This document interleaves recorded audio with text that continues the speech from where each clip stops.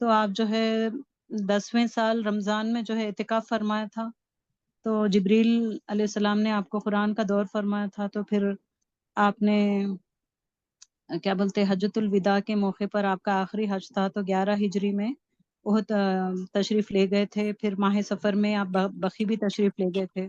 تو یہ سب جو ہے یہ آیت میں سب سارے پیارے نبی کے اوپر یہ آخری جو لمحے تھے پیارے نبی کے کیسے گزرے وہ اس پہ بیان ہوا ہے۔ پیارے نبی کے اپنے دو خاص چیزیں امت کے حوالے کر دیے تھے، ایک تو قرآن تھی اور دوسرا تو جو ہے نبی کی سنت تھی۔ تو یہ دو چیزیں جو ہے آپ نے امت کو پہنچا کے بہت ہی مطمئن ہو گئے تھے۔ تو آپ نے بہرحال ابو بکر صدیق رضی اللہ تعالیٰ عنہ سے کہا کہ مطلب ناساز رہنے کی وجہ سے کہ آپ نماز پڑھائیں۔